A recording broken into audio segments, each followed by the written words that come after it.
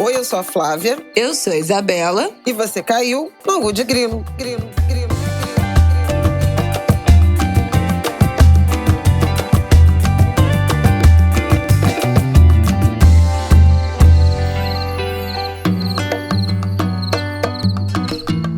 Oi, Angulers! Tudo bem? Boa terça-feira pra vocês. Mais um Angu de Grilo no ar, episódio 151. Vocês gostaram do nosso especial de 150? Acho que vocês gostaram, né? Foi bom. Fala aí, Flavião. Gente, foi lindo. Assim, as mensagens que a gente tem recebido são lindas. O mais legal é que foi surpreendente, né? Ninguém esperava. Ninguém acertou. Ninguém acertou. Todo Ana mundo Maria, essa low profile, essa ermitona. Então foi ótimo que deu para surpreender vocês, porque realmente ninguém esperava. E o que é interessante é que, dos vários comentários assim que a gente tem recebido, cada um destaca um ponto. É engraçado. A entrevista alcança, né, as pessoas de forma muito diferente. Tem gente que se comoveu com a ligação e a história da Ana com Xangô, né, da ligação do livro com Xangô, parte religiosa. A Winnie Bueno falou da questão das mulheres negras na literatura. Então, assim, alcançou muita gente, foi lindo. Pois é, minha gente. Bom, mas agora vamos para o Angu de hoje. Nossos temas dessa semana são os seguintes. Este episódio do Angu de Grilo está sendo apoiado pelo Internet Lab, Asmina, Volt Data Lab, Instituto Vero, INCT, DRF Lab, que juntos lançaram hoje, no dia 6 de setembro, a pesquisa e relatório Como operações de influência entre plataformas são usadas para atacar jornalistas e enfraquecer democracias. Esse grupo de organizações convidou a gente para debater esse assunto seríssimo e urgente, que são os ataques contra jornalistas nas plataformas digitais. Então a gente vai abrir o programa de hoje, nosso primeiro bloco, vai ser dedicado para tratar desse relatório que traz algumas informações sobre esses padrões de ataques a jornalistas na internet, com foco especial em questões de gênero e raça. Tudo a ver com o Angu de Grilo, a gente já fala muito sobre isso aqui, mas agora a gente tem dados mais concretos, então vale a gente voltar nesse tema, especialmente nesse período de eleição. Vamos falar também no nosso segundo bloco do atentado a Cristina Kirchner, vice-presidente da Argentina, e também vamos falar do referendo que rejeitou a Constituição do Chile, a tentativa de uma nova Constituição do Chile nesse final de semana. A opção rejeito ganhou e vamos falar sobre isso. Por último, último bloco, são as expectativas aí desse 7 de setembro, né? Quarta-feira, amanhã, se você estiver ouvindo na terça, amanhã é o feriado de 7 de setembro, que promete. Vamos ver o que nos espera nessa quarta-feira. Então vamos lá.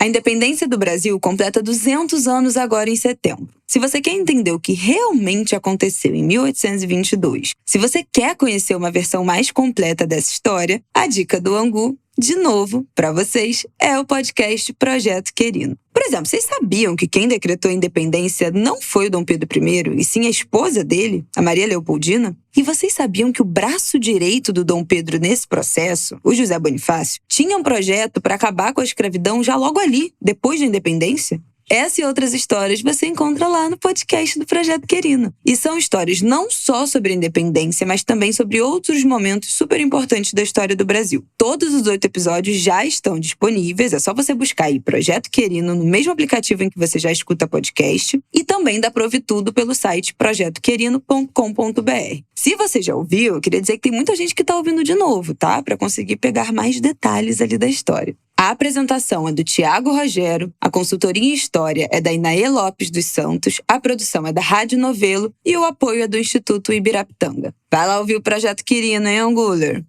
Bom, então vamos começar aqui nosso papo sobre a pesquisa. Antes da gente começar, quero contextualizar um pouco. Está sendo lançado hoje o relatório dessa pesquisa, que é intitulada Como operações de influência entre plataformas são usadas para atacar jornalistas e enfraquecer democracias? Interrogação. Esse trabalho foi produzido por algumas organizações da sociedade civil. Internet Lab, a revista Asmina, Volt, Instituto Vero, o Instituto Nacional de Ciência e Tecnologia em Democracia Digital e o Digital Forensic Research Research Lab. Bom, ataque a jornalista não é um tema novo, né, no Ângulo de Grilo, vocês sabem. Todo mundo que está na internet percebe como esses casos aumentaram muito nos últimos anos, a partir do que nós chamamos de operações de influência. Olha aí, termo novo para a gente aprender. O que é isso? São as ações coordenadas por alguns grupos para manipular ou corromper esse debate público, e aí cada uma tem seu objetivo estratégico. Então, qual é o objetivo dessa pesquisa? Entender como funcionam essas operações de influência em diferentes plataformas, Twitter, YouTube e WhatsApp, entender como as violências são direcionadas a jornalistas e também como os marcadores sociais de raça, gênero, sexualidade são mobilizados e são usados como ferramenta nesses ataques contra os jornalistas. E aí, para chegar nessas respostas e entender a estrutura desses ataques, os pesquisadores monitoraram perfis de jornalistas no Twitter, coletaram comentários do YouTube e mensagens em grupos públicos do WhatsApp, entrevistaram jornalistas, especialmente mulheres e jornalistas negros ou negras, para demonstrar de forma mais concreta como é que esses ataques acontecem e os seus impactos. O relatório da pesquisa está disponível na íntegra no site do Internet Lab, internetlab.org.br/pt. Está lá disponível em português e inglês. O link vai estar aqui na nossa sinopse, é claro. Então, dito isto, feito esse contexto, essa introdução para a gente explicar como é que essa pesquisa funcionou, vamos para esses resultados, Flávia? Vamos. Para começar, existe um marcador muito relevante desses tempos, né, que é o atual governo e seus agentes públicos. A ONG Artigo 19 faz um trabalho muito importante nessa área de defesa, né, da liberdade de expressão, da liberdade de imprensa, registrou uma queda acentuada na liberdade de expressão no Brasil. O país despencou de um ambiente considerado aberto para restrito durante o governo Jair Bolsonaro. A pesquisa conclui que o presidente, sua família e seus aliados foram apontados como a fonte principal desses ataques e que essas autoridades públicas estavam frequentemente na dianteira dos assédios contra os jornalistas, ou iniciando as ondas de assédio, ou amplificando os assuntos e fazendo chamadas de ação que resultaram em mais ataques. Primeiro, queria destacar, convidar todo mundo a conhecer o trabalho da Artigo 19, que é um trabalho muito importante. A conclusão da pesquisa, ela vai totalmente ao encontro de uma desconfiança, de uma percepção generalizada de que muito da violência, né, contra jornalistas, contra formadores de opinião, ela realmente parte das pessoas que estão ocupando o poder central. O que potencializa muito a carga de agressividade, seja nos meios digitais, de forma orgânica ou não, né? Seja eventualmente até em agressões em territórios, em momentos presenciais, que muitas vezes impedem o trabalho jornalístico. Eu até queria lembrar, logo nos primeiros meses da pandemia, né, na verdade, quando veículos de imprensa, praticamente em grupo, decidiram abandonar a cobertura lá no Palácio da Alvorada, naquele chamado cercadinho. Não sei se é porque o tempo passa e a gente vai perdendo a referência do quanto muitas atitudes do governo, do presidente, de seus aliados, de seus apoiadores, eles acabaram afastando e atrapalhando o trabalho da imprensa livre. Essa conclusão de que a gente saiu de um ambiente aberto para um restrito, a gente às vezes perde um pouco da memória, mas é evidente que houve prejuízos ao exercício do trabalho jornalístico. Eu não digo que as pessoas deixaram de apurar, de investigar, de denunciar, mas a forma como isso se dá, ela é diferente. Sim. O exemplo do cercadinho, que já está completando praticamente 2 anos e meio, 3 anos, ela é muito sintomática do quanto isso cerceou, em alguma medida. E mesmo atos, manifestações, né? E eventualmente até de mídia supostamente aliada, ou em alguns momentos consideradas aliadas. Os jornalistas como um todo vêm sendo muito atacados e o trabalho presencial tem sido muito prejudicado nesse período. Eu acho que vale a pena também a gente chamar a atenção para viés ideológico, né, militância, apoiadores. Embora a extrema-direita use isso de uma forma muito mais intensa, né, agressiva e, entre aspas, na direção, no que isso significa para eles, né, eficiente, né, porque há campanhas de difamação, de ataques, de agressões que são muito graves. Essa perseguição e esses ataques, eles também são perceptíveis no outro campo, num campo de centro, num campo de centro-esquerda, num campo de esquerda. Não com a mesma intensidade, mas em algumas situações, com o mesmo viés, eu queria destacar a misoginia. Há muito ataque, e ataque diferente às mulheres, né? As mulheres são ofendidas também por serem mulheres, né? A ofensa direcionada a homens é diferente. Desqualifica-se o argumento, a opinião, e as mulheres desqualificam-se as mulheres. Pois é, quero até pontuar isso, porque a pesquisa dá esses detalhes. Tem alguns termos mais especificamente usados contra as mulheres, eles levantaram, né? No relatório completo tem a discriminação todinha de quais são os insultos mais relatados em cada rede social, mais atribuídos a mulheres, mais atribuídos a jornalistas negros e tal. Os mais atribuídos contra mulheres foram comunista, ridícula, fraca, louca, escrota, mulherzinha e fica quieta. Que aí, bom, enfim, né? Louca e mulherzinha, ridícula, né? A gente já sabe que são terminologias absolutamente misóginas para desqualificar, para diminuir, né, esse lugar da mulher. E fica quieta é um silenciamento direto, né? E as ofensas mais dirigidas aos homens foram canalha, imbecil e idiota. E aí tem algo também que a pesquisa pontuou, que no Twitter, esses ataques direcionados às mulheres, né, levam mais em consideração os seus corpos e a intelectualidade, então tendem a negar que as mulheres são capazes de exercer sua profissão. E, de modo similar, no WhatsApp, no caso de jornalistas homens, as vidas pessoais são menos frequentes tópicos de ataques. Então, por exemplo, se você quer ofender um jornalista homem da Rede Globo, é comum que você ofenda o jornalista e também o veículo para qual ele trabalha. Se uma mulher jornalista da Rede Globo do mesmo veículo é ofendida, geralmente essa ofensa é baseada somente em aspectos pessoais. Não é diretamente associada, né, à Rede Globo, ao veículo em que essa mulher trabalha. Então, os homens são ofendidos com essa qualificação também do trabalho. Entra no pacote uma ofensa à empresa. As mulheres não, acabam sendo ataques mais pessoais. E um agravante em relação à raça é que jornalistas mulheres e jornalistas não brancos são atacados mais frequentemente do que os colegas homens brancos, é claro, e os jornalistas negros afirmaram que frequentemente são comparados a criminosos e ofendidos por conta de sua aparência. Então, é óbvio que a conotação racial desses ataques entra, né, também o fator de raça entra nesse campo do racismo dentro desses ataques, e isso foi confirmado pela pesquisa. E uma coisa que também a mãe falou, né, do efeito inibidor,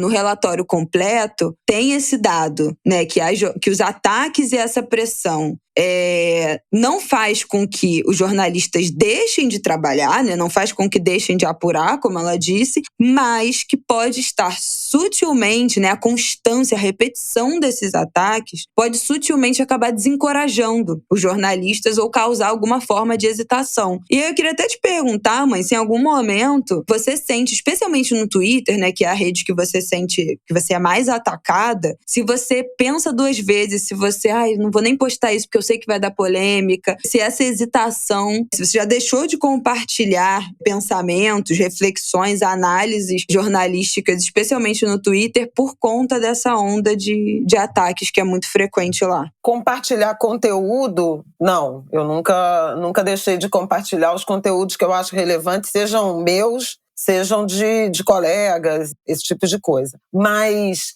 opinião, muitas vezes sim. Falo, não vou entrar nisso não. Inclusive porque tem muita coisa que é isca. Eu acho que é fundamental também para o jornalista profissional, e eu vejo muita gente, muitos colegas, né, sendo afetados exatamente por isso, porque as pessoas vão lá te cobrar um posicionamento ou te atacar por uma coisa que eles muitas vezes acharam que você disse, especialmente na televisão, quando você está escrevendo, está escrito. Embora muita gente comente e já critique a partir do título, do subtítulo, sim, né, do destaque que se tá dando. Então, não lê todo o texto, não assiste todo o vídeo e, às vezes, quando está assistindo ao vivo, se fixa num fragmento e ignora todo o resto do comentário porque já parou para te detonar. Tem a ver com um treinamento até, não se deixar pautar por esse tipo de situação. Então, assim, divergências, comentários críticos, esclarecimentos, isso é normal e várias vezes eu respondo. Mas assim, ofensa, não respondo. Bloqueio de cara, não tenho paciência. E nesse momento específico tem acontecido uma coisa muito curiosa. Você faz um determinado comentário, publica uma crítica e tal, começam a aparecer aqueles seguidores cujas contas foram criadas em agosto de 2022. Eu tô bloqueando direto. Não tô nem esperando vir em nome da minha sanidade mental. Então eu posso dizer, respondendo assim mais objetivamente a sua pergunta, não deixo de postar os conteúdos, mas eventualmente, se eu não estiver disponível para ficar debatendo, eu não lanço debates, opiniões e tal. E respondo uma ou duas mensagens, ou uma resposta e uma réplica, e depois deixo para lá, porque isso é muito adoecedor e eu vejo a quantidade de colegas, principalmente mulheres, se enredando nessas coisas de resposta, retuitando com comentário, que chama atenção para os seus seguidores verem um determinado bate-boca que não é o caso. Então, acho que também a gente precisa muito de treinamento sobre como reagir. Isso que eu queria falar, que é uma coisa que a pesquisa também, ouvindo, né, as entrevistando os jornalistas, e aí fica aí uma chamada, né, aos veículos, às empresas, às associações, os sindicatos, que os jornalistas entrevistados falaram que raramente tiveram algum tipo de treinamento específico ou orientação para lidar com essas situações de ataque. E aí o que acontece é que nessas situações, né, dessas operações de influência, desses ataques coordenados, as tomadas de proteção, as respostas são individuais, né? O jornalista sozinho decide como ele vai responder, como ele vai bloquear, se ele vai salvar aquilo e entrar com o processo, e raramente essas ações são suficientes para proteger ele de futuros ataques. Os jornalistas também comentaram que os filtros do Twitter permitiram que eles se protegessem melhor dos ataques.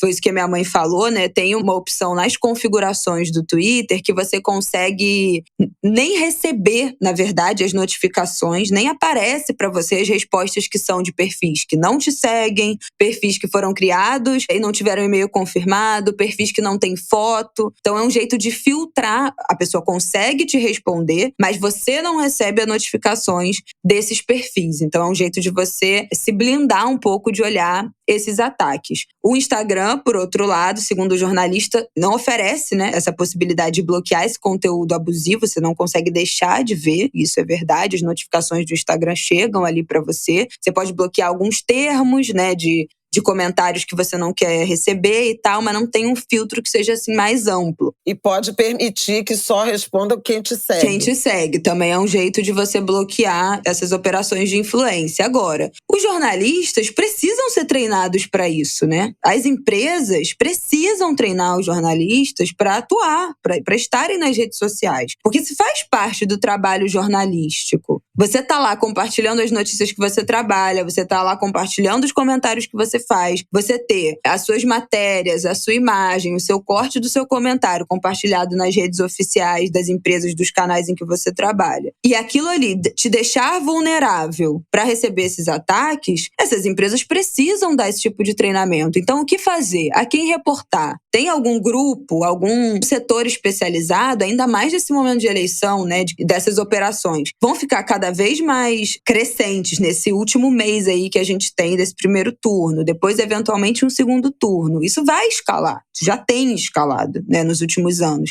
E a minha sensação é que as empresas não acompanharam esse crescimento desses ataques, a gente não vê esse tipo de treinamento direcionado para lidar com isso, a gente não vê os jornalistas instruídos a exatamente isso que você falou, não dá retweet com comentário. Você vai crescer aquele assunto, você vai se tornar uma isca daquele assunto, você vai popularizar ainda mais essa discussão. Isso vai te deixar ainda mais exposto, mais vulnerável. Não responda, bloqueie. Não existe esse tipo de orientação, nem das empresas, nem dos sindicatos, né? A gente tem a Abrage também, que é a Associação Brasileira de Jornalismo Investigativo. Acho que precisava popularizar mais essas diretrizes, não sei, curso, cartilha, fazer isso chegar em mais profissionais. A Abrage tem, sim, uma cartilha que é muito bem feita na direção da segurança digital. Então, assim, proteger as senhas, né? Tentativa de invasão de contas, porque isso também acontece, né? Acontecia. Sim, nessas operações de influência acontece muito. Posso lembrar de 2018, o caso da Patrícia Campos Melo, que inclusive resultou no livro A Máquina do Ódio, né? Sim. Que já fica aqui como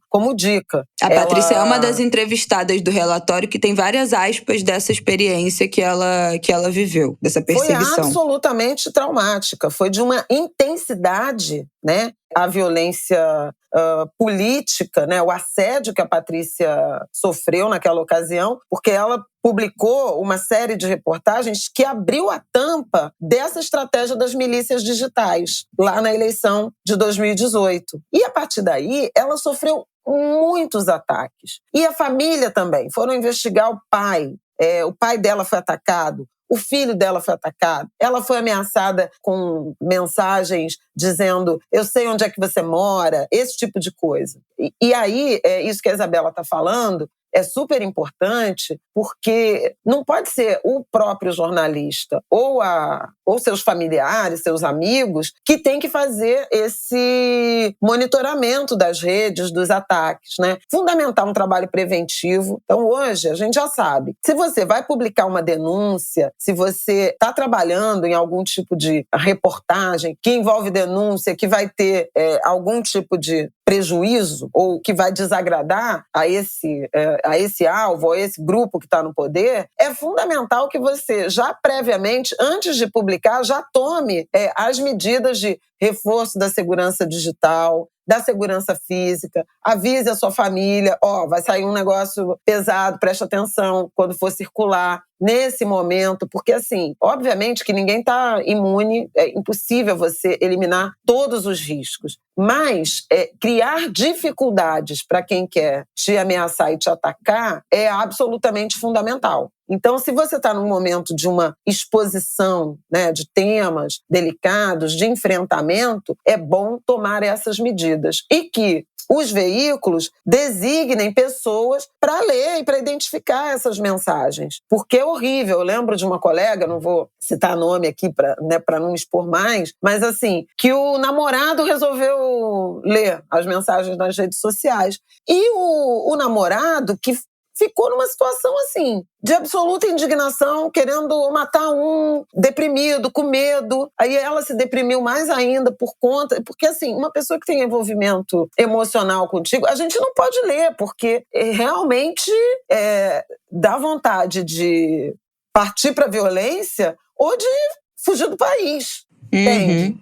Não, são coisas absurdas, gente. É fundamental que alguém neutro, né, sem o envolvimento emocional, faça essa checagem das redes sociais, das mensagens e tal, inclusive para avaliar, né, para diferenciar o que é ataque do que é ameaça, né? Porque identificar a ameaça te dá a noção do nível de risco que você pode estar correndo. E isso é uma coisa super importante. A cartilha da Abrage, que é muito boa, ela ensina, assim, dupla verificação no e-mail, no Instagram, senhas seguras, no WhatsApp. Tem vários casos de colegas que postaram tudo, publicaram, né? Essa semana eu vi, eu não consegui achar esse tweet, mas essa semana eu vi um jornalista, tem dias que ele fez esse tweet, que eu acho que em meia hora ele recebeu 14 notificações do Facebook de tentativa de redefinição de senha. Estavam tentando invadir a conta dele do Facebook. Eu não me lembro quem foi. Tentei achar esse tweet agora, mas tem dias. Isso acontece o tempo todo.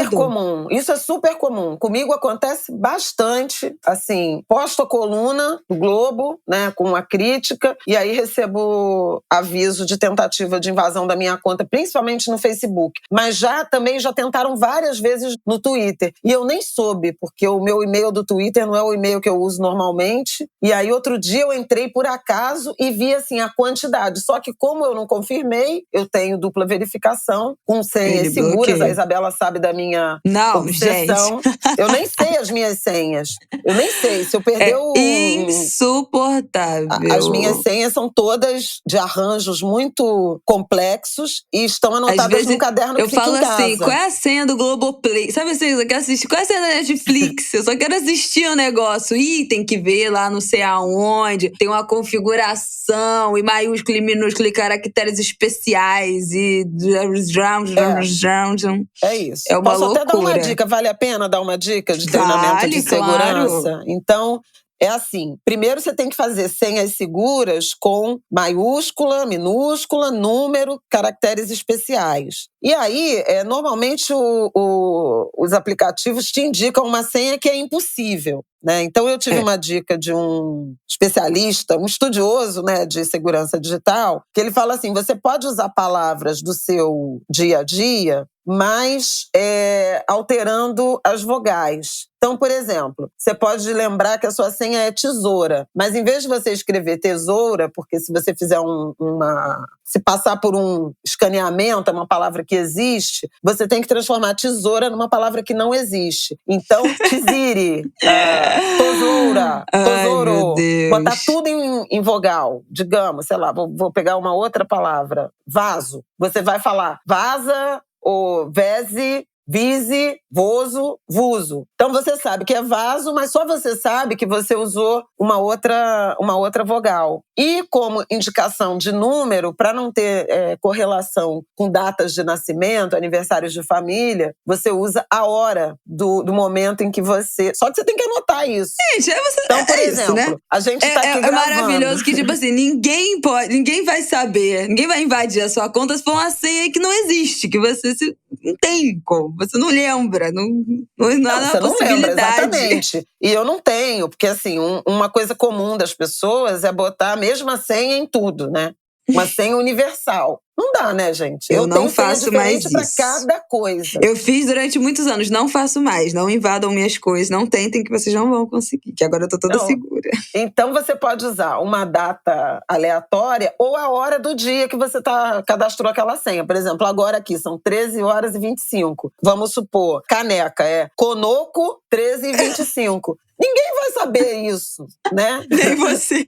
Nem eu.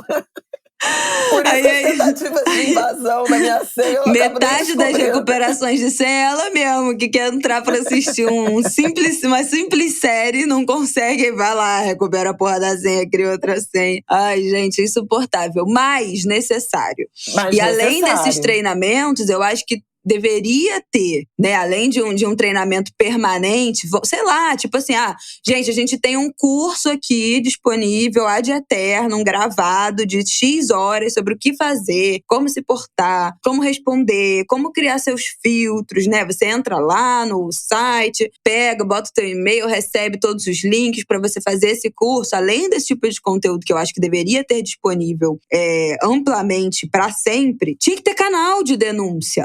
Tô passando por um momento.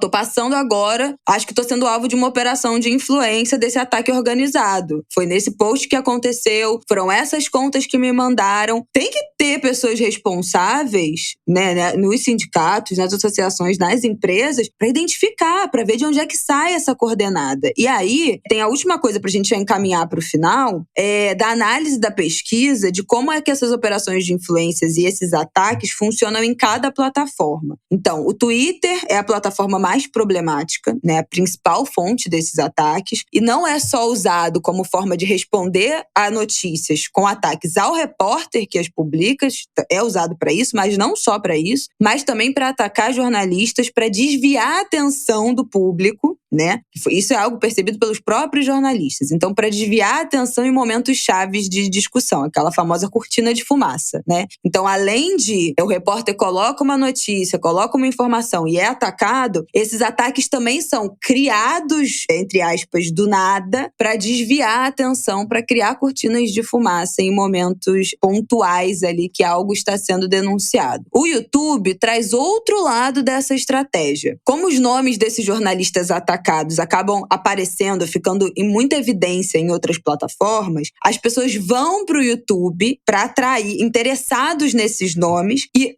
para acessar vídeos que tragam esses nomes desses jornalistas que estão em evidências. Então, a vítima desses ataques é frequentemente usada como clickbait, né, nesses canais de notícias falsas, nesses canais de fake news, para, na verdade, distribuir conteúdos que atacam os veículos, né, da imprensa tradicional. Então, por exemplo, minha mãe foi vítima de ataque no Twitter, o nome dela foi pro Trending Topics. Você entra no YouTube e bota lá Flávia Oliveira e vai estar lá um título do YouTube. Flávia Oliveira fala mal do presidente. Aí você clica, não é nada sobre Flávia Oliveira falar mal do presidente. É um vídeo longo disseminando fake news, enfraquecendo veículos de mídia, criando histórias falsas, notícias falsas que enfraqueçam esse discurso, enfraqueçam a mídia tradicional, enfraqueçam as instituições. Então, os jornalistas no YouTube são usados como clickbait para disseminar conteúdo com fake news. O WhatsApp, ele é usado para coordenação desses ataques, dessas operações de influência e discussão internas, então são desses canais privados, né, que acontece, que essas ações são arquitetadas. E outra coisa que eles pontuaram é que as ameaças também ocorrem em espaços fechados, mas que os jornalistas são frequentemente ameaçados em ambientes abertos. Então, mensagem direta, mensagem privada e e-mail não são espaço prioritário para esses ataques. A ideia é que elas aconteçam em ambiente público. Você quer comentar essa diferença das plataformas? Eu quero. Sobre isso, quer dizer, eu percebo realmente muito mais intensamente no Twitter. O Twitter é muito rápido, né? E o Twitter, sim, os formadores de opinião estão ali se posicionando. Então, a chance de fazer uma onda, né, a partir do Twitter, ela é muito maior, né? E de dar repercussão, inclusive para ter nota de repúdio, não sei o quê, e aí você aumenta o escopo dos ataques. Um exemplo recente e grave, né, foi o ataque do presidente da República à jornalista Vera Magalhães no debate, né, do pool de imprensa, o debate da Band, mas que envolveu outros veículos, o UOL, Folha, TV Cultura. A Vera é da TV Cultura, apresentou Roda Viva lá e fez uma pergunta absolutamente pertinente, verdadeira, sobre o comportamento do presidente na compra de vacinas e no processo de enfrentamento ao Covid. E ele, que tem, na pandemia, né, a criptonita do seu governo, ele não respondeu a questão e atacou diretamente um comentário inteiro atacando a Vera. Bom, isso provocou uma onda, obviamente, de repúdio e todo mundo que se aliou à Vera foi atacado. Eu tuitei no momento imediato, apontei a misoginia e prestei solidariedade à Vera e recebi várias mensagens de gente me atacando, de gente desqualificando a Vera e as mulheres, bem na linha do que a pesquisa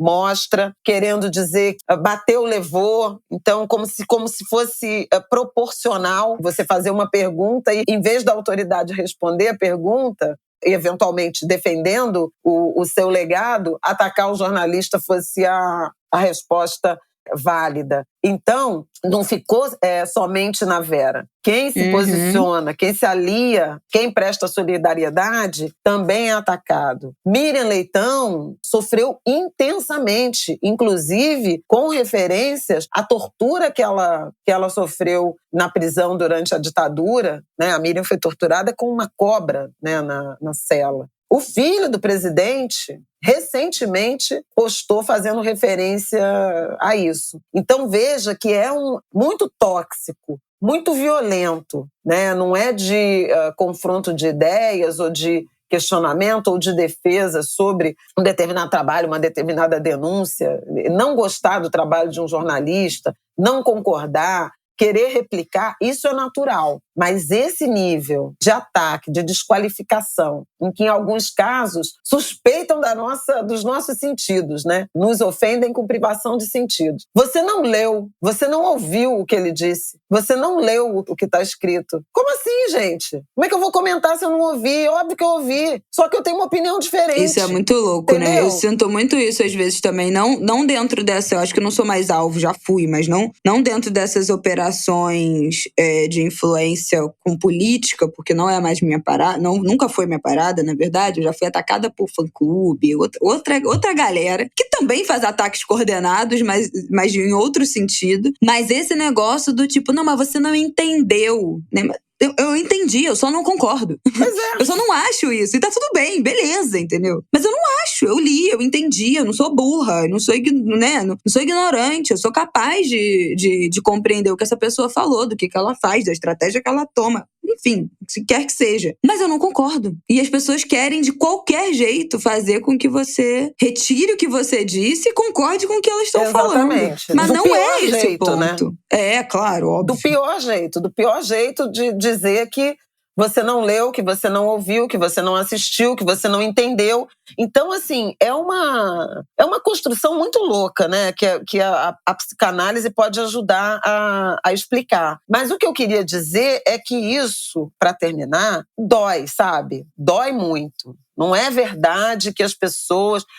mas fulano ou beltrano ou cicrana devem estar gostando porque ganhou seus minutos de fama.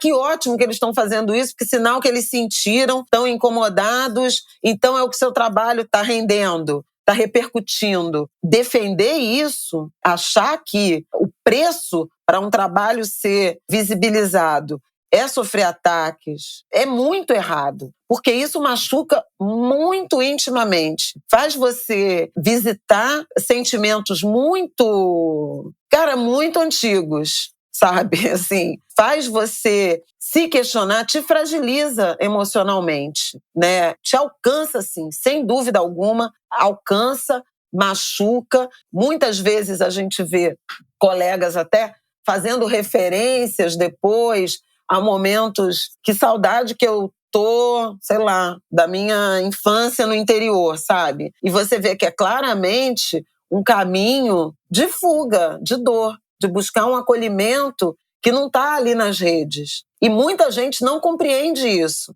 Diz que, é isso mesmo, que bom que eles estão atacando, porque é sinal de que eles estão incomodados. Mas não é esse incômodo. O incômodo que se quer causar denunciando uma determinada situação, fazendo um tipo de análise, não é um incômodo de levar você a ser uma vítima de violência, né? Porque isso até em alguma medida parece que culpa a vítima, né? É como se você tivesse feito aquela reportagem, aquele comentário, aquele artigo, aquela denúncia para ser atacado e ganhar visibilidade. Quando o objetivo do nosso trabalho é informar, é construir, ajudar na formação de pensamento crítico, é prestar serviços à opinião pública e à sociedade. Não é ganhar visibilidade por visibilidade para ser atacado. Isso é de uma imensa estupidez, né? Pensar que é desse jeito que a gente busca reconhecimento e relevância, e muito cruel, porque isola, porque traz muita solidão para quem é atacado. É isso, Flaviol. Acho que cobrimos bem esse assunto, que já tinha sido pauta, né, no ângulo em outros momentos, mas que agora com mais embasamento da pesquisa, que vai ficar aqui, né, o site do Internet Lab, o relatório completo tá lá no site, o link tá aqui na nossa sinopse. Muito importante, gente, a gente tá atento a esses ataques contra jornalistas, especialmente nas próximas semanas que serão decisivas aí dessa corrida eleitoral, pra gente conseguir identificar essas operações de influência, esses ataques coordenados e principalmente como público, como também pessoas que estão ali na rede social interagindo, evitar engajar e dar ainda mais visibilidade, impulsionar ainda mais esses conteúdos que são operações coordenadas, que têm o propósito estratégico, né, de criar uma cortina de fumaça, que tem o propósito estratégico de crescer para cima de um jornalista. Então, para a gente entender como é que funciona, ter um olhar mais atento a essas ações, a essas operações e evitar engajar ainda mais nesse conteúdo. Né? Quanto mais a gente silencia, mais a gente ignora, mais a gente deixa aquilo ali quieto, é uma das estratégias para não fazer crescer essas operações. E, claro, sempre denunciar a plataforma. Então, usar as configurações de denúncia dentro das plataformas para os perfis que a gente identifica que são perfis falsos, que estão mandando spam, que são perfis de mensagem automática, né, que estão ali para participar dessas ações coordenadas, denunciar esses ataques, denunciar esse discurso de ódio, esse assédio direcionado. É muito importante que a gente cobre das plataformas que direcionem corretamente essas denúncias, mas que a gente também faça essas denúncias ali. E acho que o fundamental, para terminar, nesse episódio, na hora de compartilhar, né, é pensar assim, a quem interessa esse compartilhamento que eu vou fazer, né? Interessa a essa vítima que foi agredida, porque vai mostrar mais vezes a violência sofrida, ou interessa a quem, a partir dos ataques, quer se projetar? Porque quem ataca tem um objetivo, né? E, eventualmente, a gente sabe que quando você compartilha, ainda que um ataque criticando ou um conteúdo que você quer criticar, você, em alguma medida, da forma como você compartilha, você está gerando engajamento para essas figuras, né? Se você põe o nome da pessoa, ou se você marca @, você está, de alguma maneira, espalhando a mensagem desse indivíduo. Então, acho que a pergunta primordial é, ao compartilhar, eu estou ajudando a quem? A quem interessa esse compartilhamento? Porque a vítima, você pode mandar uma mensagem privada ou comentar no próprio post que ela fizer, se ela decidiu tornar isso público. Agora, o agressor pode ter interesse, sim, em se projetar, em entrar no debate para desqualificar e ganhar engajamento. Então, acho que é uma pergunta que precisa ser feita. Será que é da forma do compartilhamento público, da marcação das arrobas do agressor, que vale a pena você, ou de repetir o crime que está sendo cometido, que é a melhor forma de você ajudar uma vítima? Então, talvez seja expressar esse apoio, verificar se a pessoa, ela ou ele, estão com os mecanismos de segurança digital acionados, se precisa de ajuda em verificar um ataque, se você identificar um ataque, mandar em privado, olha, encontrei isso aqui, será que é o caso de tomar alguma providência? Né? Mais do que a febre de compartilhar e de dar engajamento a quem não merece. É isso, gente. Vamos para o nosso próximo bloco? Vamos!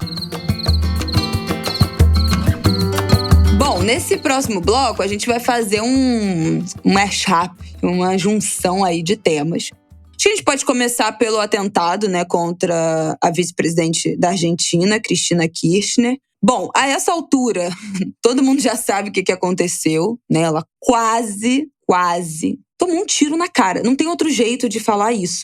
A cena é brutal, né? A cena é absolutamente estarrecedora. A distância que a arma fica do rosto dela, o barulho do gatilho sendo apertado e falhando.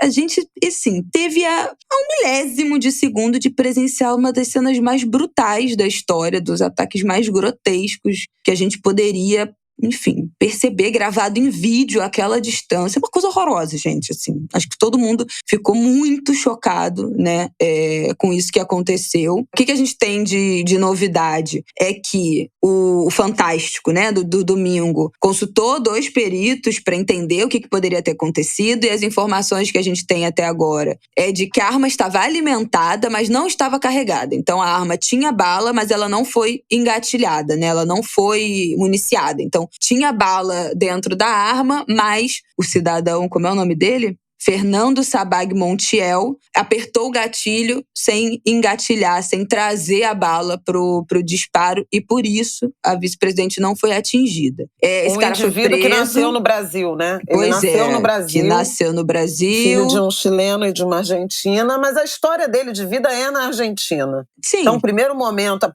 Não, é porque a preocupação original teve um ataque, teve uma tentativa, né, de assassinato da vice-presidente e ex-presidente, né, da Argentina, Cristina Kirchner, e o assassino, o agressor, era um brasileiro. Então, também isso foi atenuado no sentido de que não foi alguém que saiu do Brasil ou que, enfim, um extremista brasileiro que foi para a Argentina ou que está na Argentina e resolveu atacar a Cristina Kirchner.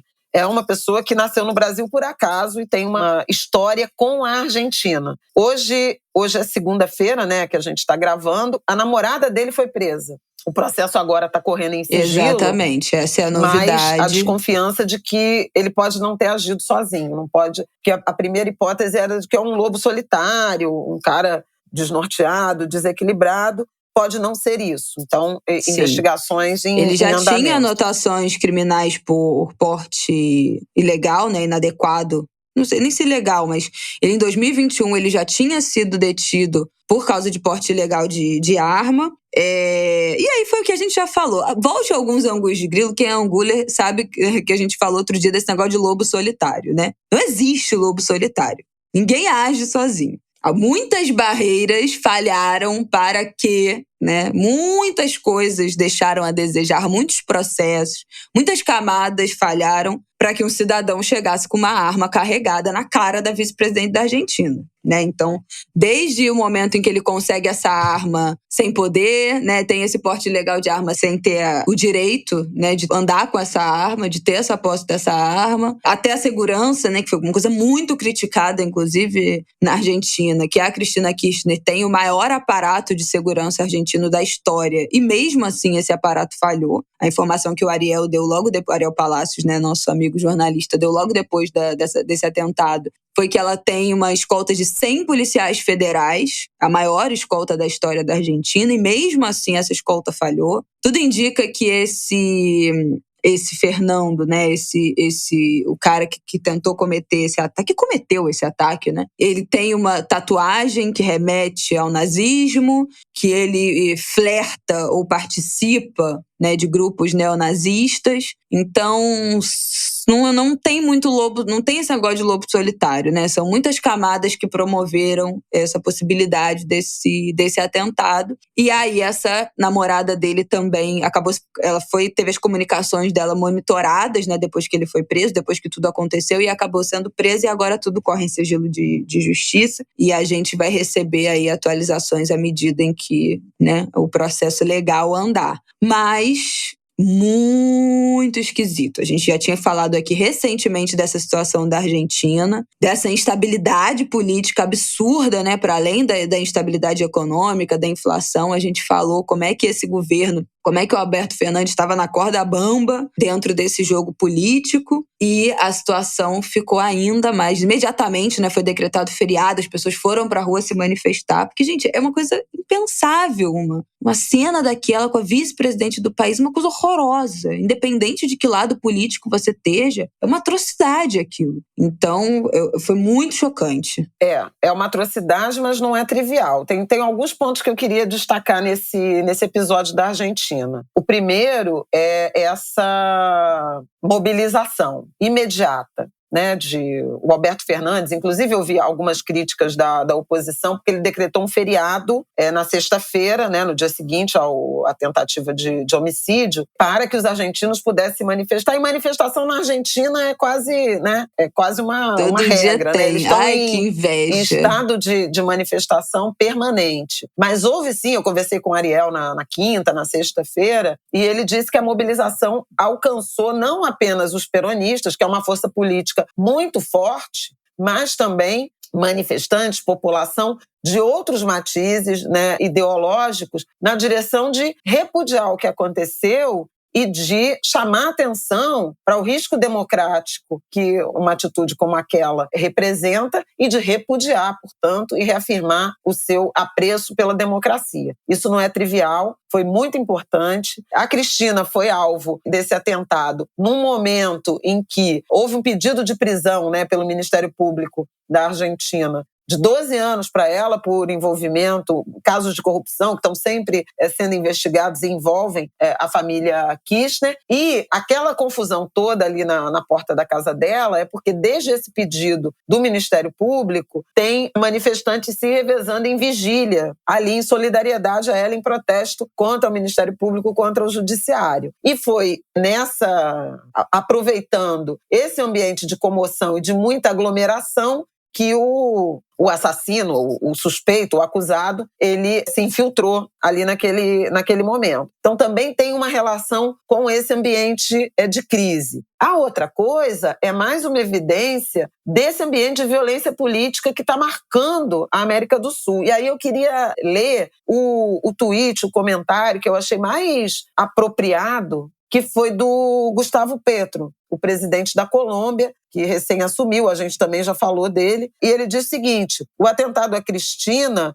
é o resultado do sectarismo que se converte em violência, ou da polarização, né? A gente pode chamar assim. Se converteu em prática latino-americana pensar que a política é a eliminação física ou jurídica do adversário. Tal prática é puro fascismo.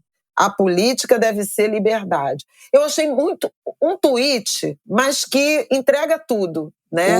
Ele fala da polarização, ele fala desse modelo, desse exercício político que prega o extermínio, né? A eliminação física ou jurídica. E aí você tem N casos, né? Ao longo da história e recente, de criminalizar líderes políticos, narrativa de golpe, de prisão. Lá mesmo, na própria Colômbia, recentemente teve um atentado contra a equipe de segurança do Gustavo Petro. No Chile, o irmão do Gabriel Boric, presidente, sofreu também agressões, acho que foi espancado. Você teve esse episódio na Argentina. Você teve aqui no Brasil o assassinato do Marcelo Arruda, lá em Foz do Iguaçu, por um agente penitenciário, o policial federal penal bolsonarista, né, um crime político, entre outros. Tem vários outros episódios acontecendo no Brasil com pessoas comuns, o que não era rotina, trivial no Brasil. O Brasil sempre foi um território de violência política, você vai listar vários, mas muito na direção de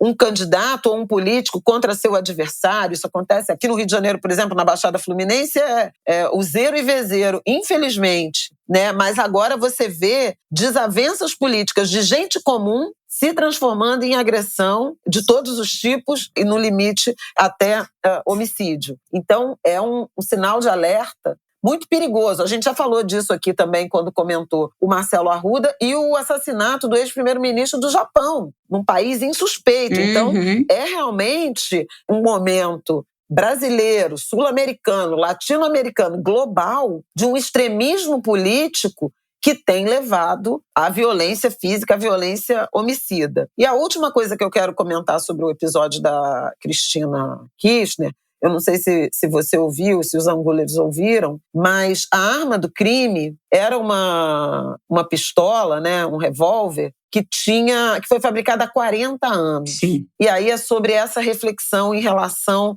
à arma de fogo e o tempo, né, que pode durar o mal da multiplicação do acesso às armas de fogo. Na mesma semana em que houve esse atentado contra a Cristina Kirchner e essa informação da arma com 40 anos de idade, os institutos Igarapé e Sou da Paz chegaram a um número, publicaram um dado conjunto de um número de 1.006.000 armas licenciadas, registradas em nomes de CACs, caçadores, atiradores e colecionadores. Meu Deus. Esse número triplicou durante o governo Bolsonaro. Houve uma flexibilização do acesso a armas, do acesso à munição e um afrouxamento do controle de munição. O presidente da República, na última sexta-feira, em mais um discurso falando dessa sua bandeira de armar a população, faz uma vinculação clara à violência política, porque ele diz que tem que armar a população porque povo armado não será escravizado. Ora, como isso não está qualificado, você pode interpretar do jeito que você quiser, com uma arma na mão, o que significa ser escravizado, dominado, oprimido. Portanto, é uma espécie de mandato a resolver as coisas na bala, no tiro. E a gente imaginar que 1 milhão de armas de fogo em posse de civis. Não, gente, meu Deus. E que essas armas podem durar 40, 50 anos. Não, legalmente em posse de civis. Legalmente em posse de civis. A posse em civis, né? Ilegalmente, fora as armas da polícia. Porque assim, a gente for entrar nesse assunto, né? Do crime, né? Então, mas esses são os legalmente civis, né? Que são as pessoas que são do crime organizado, as pessoas que têm arma por meios ilegais, as pessoas que têm arma por meios legais e a polícia. Então, aonde chega esse número? É inacreditável. 1 milhão de armas, né? 1 milhão de armas. Com certeza, dentro dos meios ilegais e da polícia, esse número já deve chegar a 2 milhões. E o complicado dessa situação das armas é que, como você flexibilizou muito, inclusive a necessidade de renovação do registro e tal, você vai perdendo o controle, né? Claro. Você flexibilizou tanto o acesso e, eventualmente, a permissão para a posse de armas, que você está flexibilizando também o porte sem flexibilizar. Porque os caçadores, atiradores, colecionadores podem circular de um lugar para outro. Por exemplo, os caçadores vão para clube de caça. Eles estão autorizados a levar a arma no carro de um lugar para outro, né? Da casa até o... Isso é porte, né? Só que eles não têm que justificar praticamente nada. Então, o que você tem é, crescentemente, operações, inclusive da Polícia Rodoviária Federal, de caçadores com armas no carro, portando armas, quando eles têm o direito de ter e não de portar. Exatamente. Então, assim, é muito perigoso. E eu fiquei muito assombrada com essa informação do atentado à Cristina Kirchner, porque é a prova, né, do quanto dura uma arma de fogo. Sim. A arma tem 40 anos e podia ter matado a Cristina Kirchner. Aliás, o Bolsonaro, quando lamentou, além de falar de si próprio, ele disse: a sorte é que o cara não sabia manejar a arma. Quer dizer, gente, não, ainda tem mais essa, né? Já tem mandei a notinha. Casos. Já dei a notinha. É muito de quinta. Meu Deus do céu. Enfim. Deixa eu pra lá. Enfim, então eram essas as observações, né? O ambiente de violência política, de sectarismo, de extremismo e essa nota de preocupação com o nosso futuro em razão dessa multiplicação de armas de fogo que vão durar 50 anos. Quer dizer, eu vou morrer e ainda vai ter a arma que foi comprada aqui nesse... né? O Martin vai ser avô e ainda vai ter a arma comprada nesse momento de liberação. O tamanho do estrago que é possível fazer em 3 anos, né? Nem 4 completos. Exatamente. Bom, vamos falar rapidinho. Já estamos nos estendendo, né? Então vamos tentar falar rápido da opção rejeito ter ganhado na proposta de nova Constituição no Chile. Bom, o que nós temos de informações sobre isso? A gente já tem falado aqui, né? A gente fez um bloco no Ângulo de Grilo na eleição do Gabriel Boric, que foi uma lufada, né? Um frescor na política. E a gente falou sobre a posse dele e da Francia Marques, que também teve no Brasil recentemente. Uma mulher negra, vice-presidente. Não, tá certo isso que eu tô falando? Não. Então não. É da Colômbia, eu viajei. Pois é, a negra é a Francia Marques, que é a vice do Petro, que eu acabei de citar aqui no comentário dele. Viajei. Mas enfim, voltando. O Boric é um ex-militante do movimento estudantil, jovem, tem 30 e Acho que tem 36 anos. Não, eu acho que tem até menos. E é o primeiro presidente, é o mais jovem presidente sul-americano. 36. E de esquerda, né? Desde Allende. Pois é. E aí, ele já chegou com aquele desafio do Chile, a gente falou isso. A posse dele foi em março. Eu não sei se foi nesse episódio, 11 de março, que começou o mandato dele. Eu não sei se foi nesse episódio que a gente fez o Ângulo de Grilo ou se foi um pouco antes, quando teve as eleições. Mas a gente já vinha falando no Angu sobre a situação que o Chile se encontrava. Teve muito protesto lá em 2019, quando teve uma tentativa, quando teve reforma da Previdência, um outro governo que era mais de direita, aquela reforma da Previdência que foi tão usada de exemplo, né, pelo Paulo Guedes, foi rechaçada pela população chilena. A pandemia agravou esse tensionamento do Chile por conta do acesso à saúde, né, que lá não há um sistema público, universal de saúde, então o acesso à saúde durante a pandemia foi muito precário. Então houve um tensionamento, o Boric ganhou e tentou votar aí, teve um plebiscito nesse último domingo para decidir se o Chile ia adotar uma nova Constituição. Expectativa, uma nova Constituição. Realidade, deu tudo errado. Ai, tô rindo de nervoso.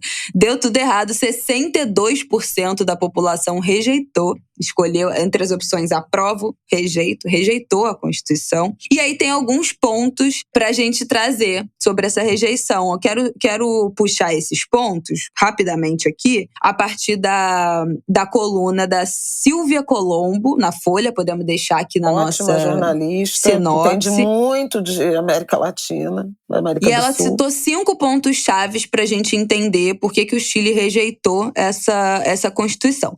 A Constituição era bem pra frentex. Então eu até falei com a minha mãe ontem, a gente se encontrou. Eu falei, mas pô, a galera também já foi metendo o pé na porta dessa Constituição, achando que o povo ia aprovar também. Peraí, né? População. Esse negócio, o povo não é tão progressista assim, não. Então, teve muita coisa aí que não foi muito bem sentida pela população, que acabou rejeitando. Então, a Silvia atribui 5 motivos, 5 pontos aí pelos quais a população preferiu dizer não a esse texto. Em primeiro lugar, desinformação. Ela falou que teve muita fake news no domingo, nas ruas ali de Santiago. Muita fake news, principalmente em relação... Olha que loucura, gente. Ela fala das coisas, dos argumentos falsos que eu mais ouvi. O principal é que as fronteiras ficariam totalmente abertas aos imigrantes. Ou seja, sul, xenofobia. Que no sul do Chile, os indígenas poderiam tomar livremente terras que pertencem a grandes fazendeiros. Aos povos nativos.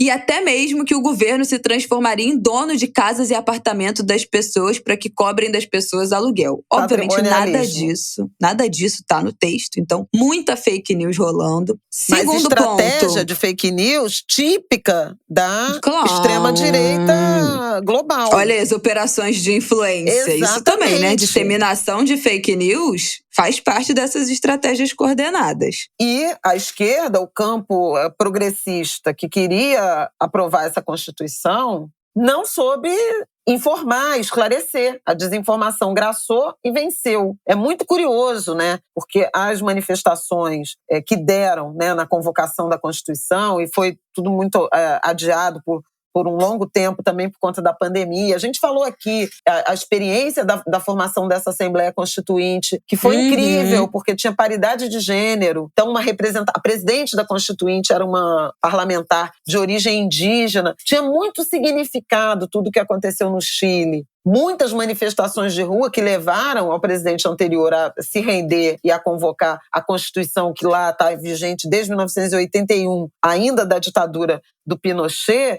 Foi essa desilusão com um modelo muito liberal, que o Chile era a marca, era inclusive um orgulho sul-americano, né? O liberalismo chileno, reforma da Previdência, privatização, todas essas ideias que fizeram a construção de um imaginário sobre um Chile como uma sociedade muito moderna e que, naquele momento das manifestações, protagonizadas principalmente pelos estudantes, mas também mulheres, mas também representantes de povos nativos, como sendo uma denúncia de que aquele ambiente, né, que seria o ideal do ponto de vista dos economistas, da economia global, não estava produzindo bem-estar para a população. Então, a Constituição, ela viria muito na direção de construir uma sociedade de direitos para todos, sobretudo direitos sociais. Agora, isso acabou dando na eleição do Boric, né, um ex-deputado e um candidato de esquerda, que venceu o Katz, que era o cara da extrema-direita, mas não significa que a população ficou intensamente convencida dessas transformações, né? Exatamente. E aí, dentro desses motivos, né, desses 5 motivos da Silvia, a gente chega nisso. Em segundo lugar que ela pontua, foi muito desaprovado pelos eleitores o conceito de plurinacionalismo, que dentro da Constituição era uma maneira de reconhecer a existência dos povos originários e, a partir daí, promover, né, políticas de inclusão social, cultural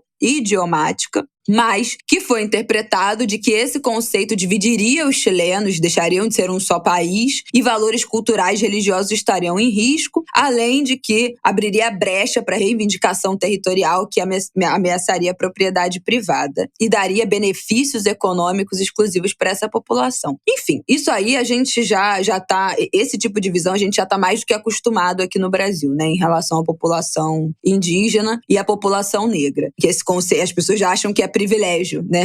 Acho que algum tipo de divisão, que olhar benefícios sociais vai trazer algum tipo de privilégio, não de paridade. Então, o Chile agora também passando por isso. E em terceiro lugar, foi isso que minha mãe falou, que ela ressalta que o Chile de hoje já é um Chile diferente daquelas manifestações. Então, que naquela época, que levou as pessoas à rua foi aquilo que eu falei, né? Um questionamento daquele modelo econômico, que tinha a ver também naquele momento com uma tentativa de uma reforma da Previdência, né? Do quanto os aposentados recebiam, do valor do salário mínimo. E assim, hoje em dia essas pautas estão na mesa, mas não são mais o centro. O Chile de 2022, a Silvia pontua que é um país absolutamente impactado pela pandemia, numa situação econômica muito pior, com uma inflação muito alta, mais insegurança, mais violência, e que esses eleitores que rejeitaram a Constituição votaram pensando de uma forma mais pragmática nos problemas cotidianos, principalmente, né, economia e segurança, que é o discurso-chave, né, de muitos processos eleitorais. A gente também já passou por isso, né? O carro-chefe das eleições de 2018 foi esse discurso da violência, tanto a nível nacional quanto a nível, pelo menos aqui no Rio de Janeiro, né, a nível estadual. Então, os eleitores se preocuparam menos com essas questões de fundo, né, que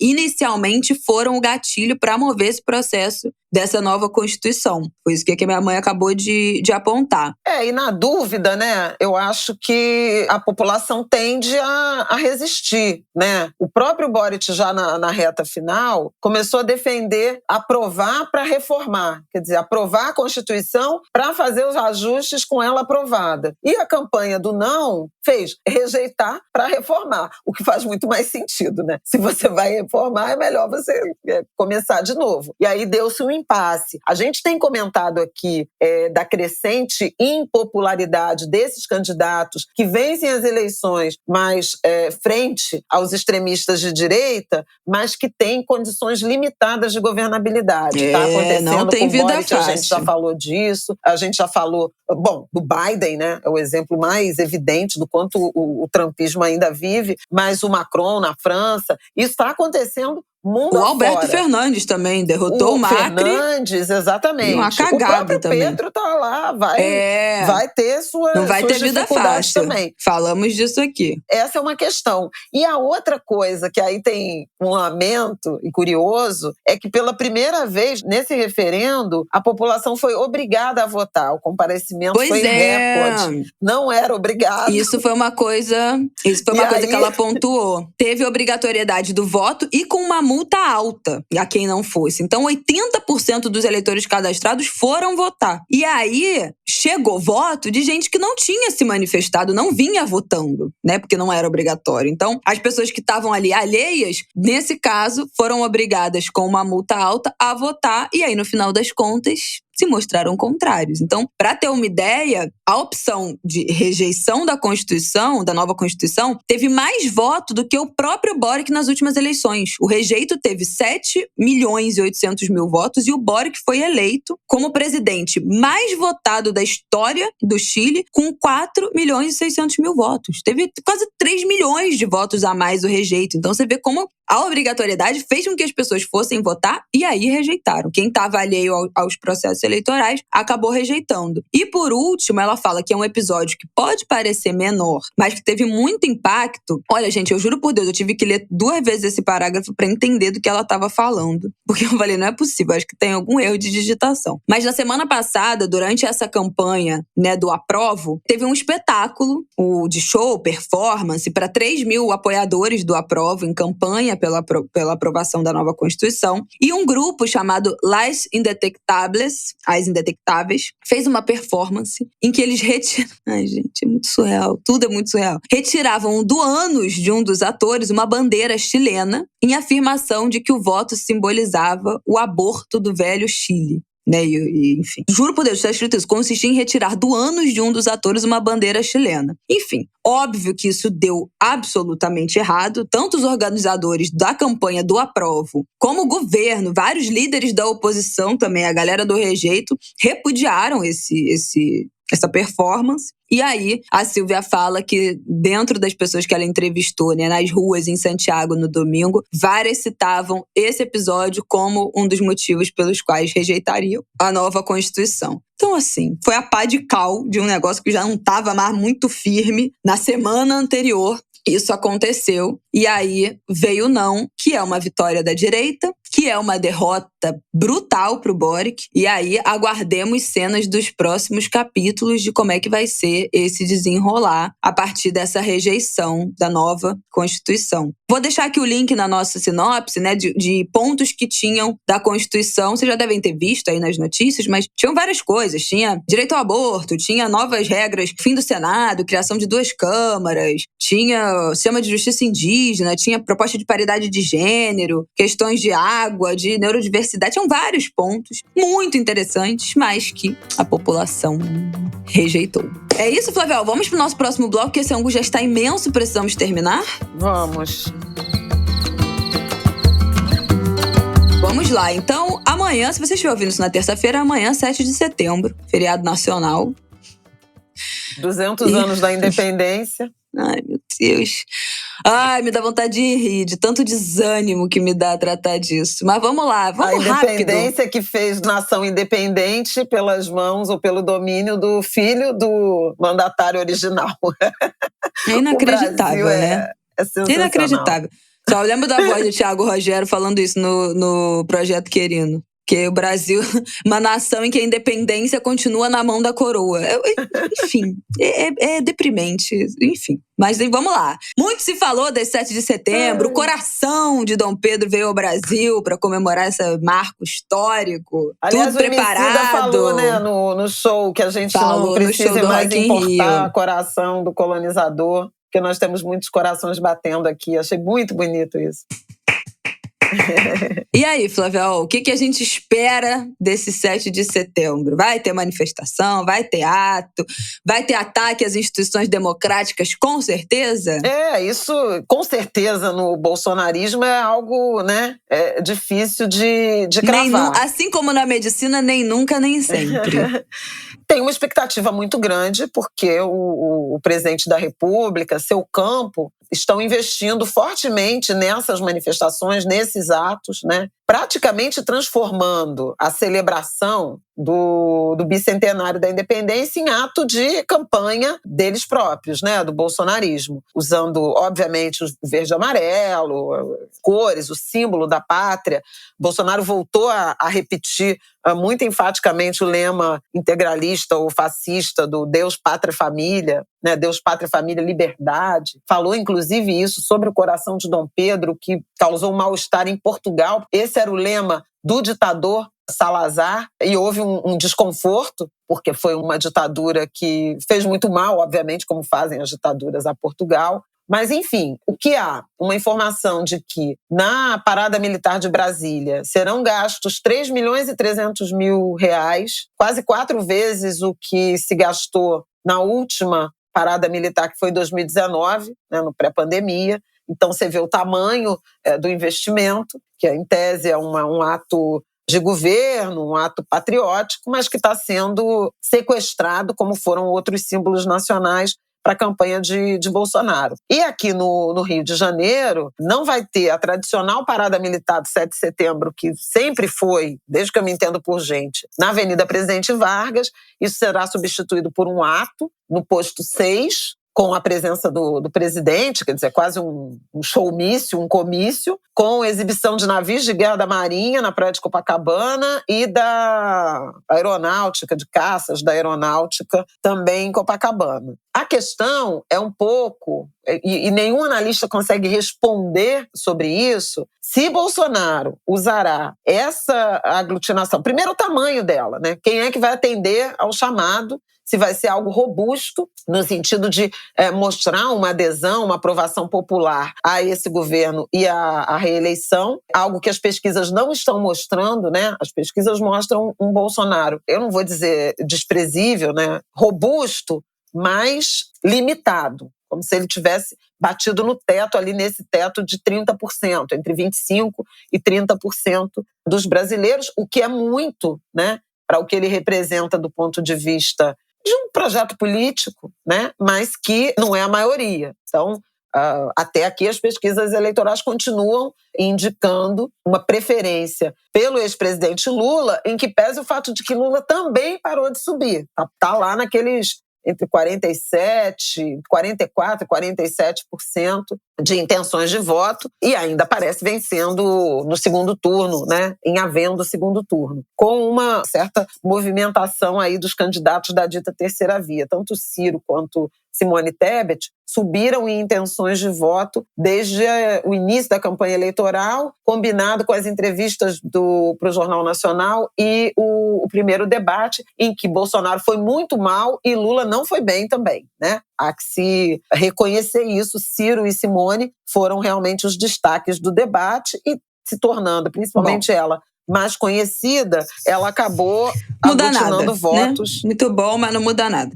Mas aí tem um debate, se não vai ter segundo turno e de que maneira esses candidatos e esse eleitorado vai se posicionar num segundo turno. Então tem meio um pouco de um pacto de não agressão por parte de Bolsonaro, em alguma medida, e de Lula também, de não atacar esses adversários, porque podem significar algum tipo de aliança, de apoio no segundo turno, ou não desagradar os eleitores mais leais, principalmente ao Ciro, né? Mas voltando aqui ao Bolsonaro, no que se divide? Se Bolsonaro vai para o 7 de setembro radicalizando o seu discurso, como aconteceu no 7 de setembro do ano passado, em relação à esquerda, ao Supremo Tribunal Federal, ao ministro Alexandre de Moraes, que agora é presidente do Superior Tribunal Eleitoral, além de ministro do STF, se ele vai voltar a atacar as urnas eletrônicas, né? Ou se vai fazer uma tentativa de um discurso e de uma reunião mais democrática, com menos ataques e com mais apelo à adesão das forças políticas que tradicionalmente o defendem. Então, militares, os conservadores, os religiosos, segue aí a toada, né, de reunião e de articulação com lideranças e igrejas evangélicas. E aí a questão é como é que será, no 7 de setembro, essa articulação. Porque lá em 2021, o que a gente viu foi uma mobilização das forças mais extremistas, né? Da galera que queria golpe, intervenção militar já, fecha o STF. Essa estratégia não é uma estratégia que distensiona ou que atrai interesse de um eleitorado mais moderado, até mesmo dentro de núcleos evangélicos e religiosos. Tem pesquisas mostrando que tem muito evangélico desconfortável com esse uso, com essa infiltração da política e do extremismo, inclusive religioso, nas igrejas. Então, isso também divide, né? Esse ambiente de guerra santa, de luta do bem contra contra o mal, de intolerância religiosa, de demonização dos adversários, de mistificação de Bolsonaro, não agrada a todo mundo. E aí tem uma enorme curiosidade. Se ele vai ser um Bolsonaro mais moderado, tentando aglutinar todos esses grupos que simpatizam, que o apoiam, ou se ele vai ser o radical, no sentido de que, ainda que perca a eleição, manterá um bolsonarismo vivo, atuante, esperando deslizes para eventualmente voltar ao poder nos moldes do que fez Donald Trump.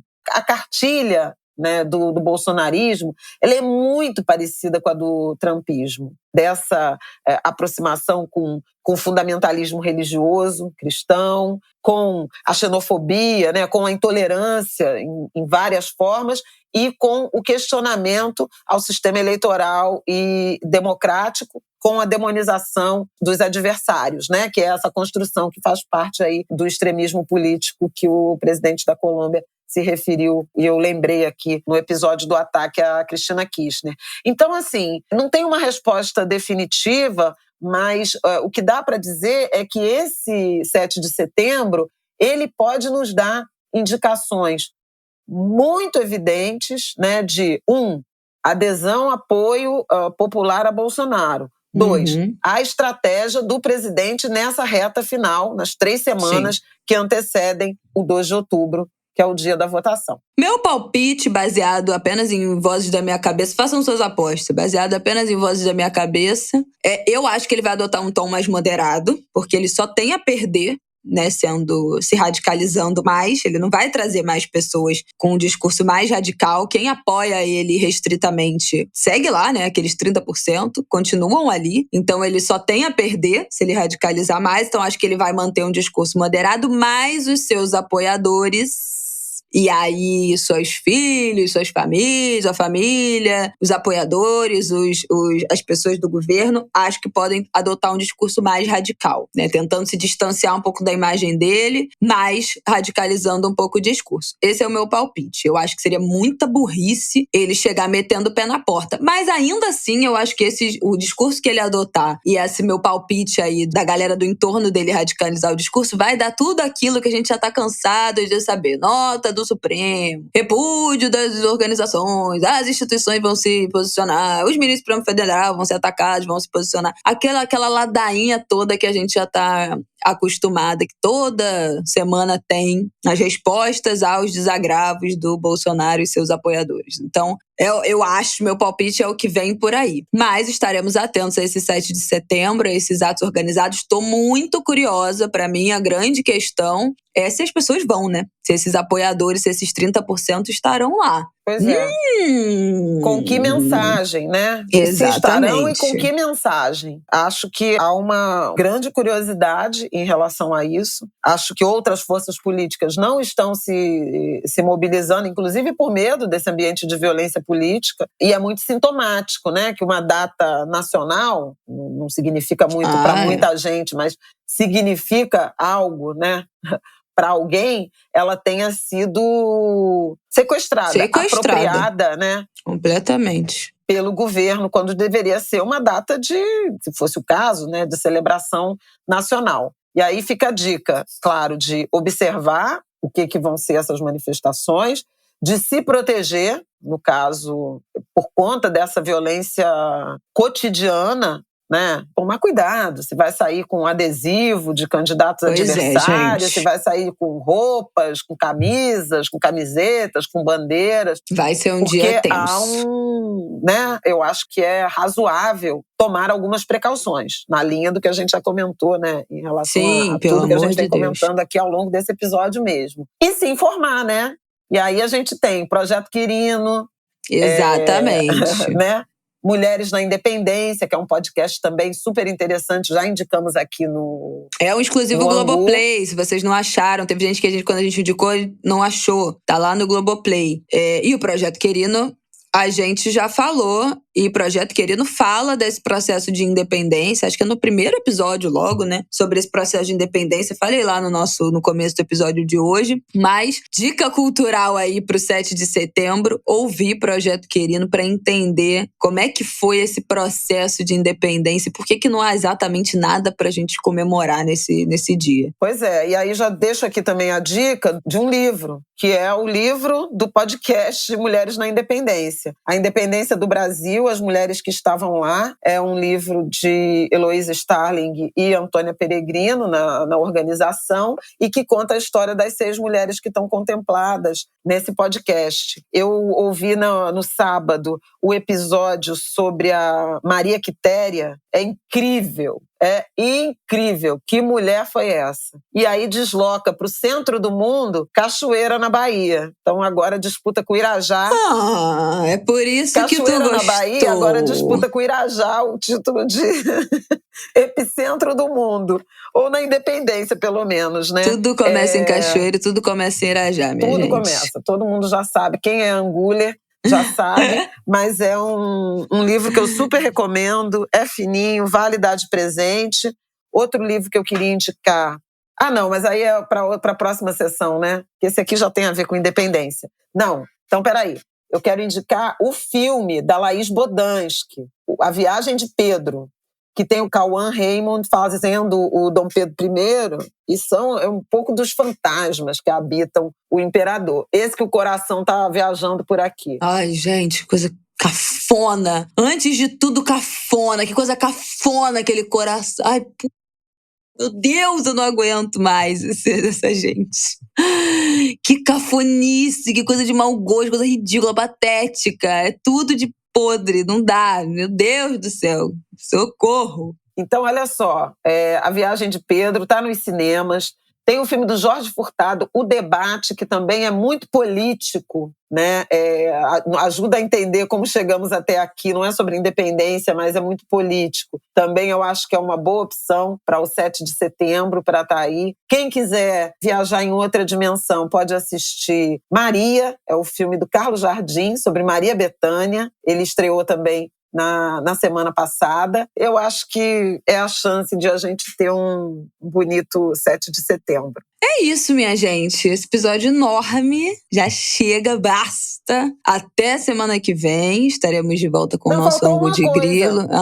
Sempre falta uma coisa, né, Flavel? Todo o tempo do mundo não é suficiente.